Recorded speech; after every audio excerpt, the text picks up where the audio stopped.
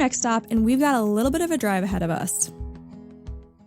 This is the GAF solar shingle, and this is actually the roofing. So there's no shingles underneath this.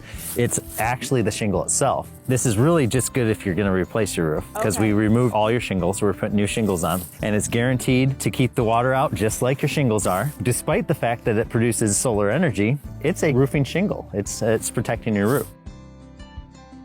So talk me through the whole process. Like, you guys get here, you take the existing shingles off. How does it come together?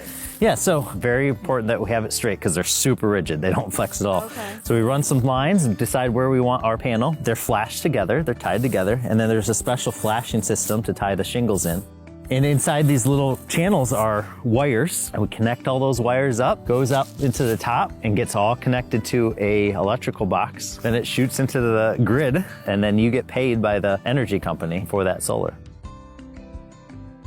Underneath it is an underlayment. We use a synthetic felt these days, or ice and water shield. In Michigan, that's required by code. We treat it just like a regular roof. They actually get nailed on with a nail gun. Okay. Not through the glass, but there's an area above it that is kind of soft. It's a different product. It's a TPO product, and we actually nail right through it.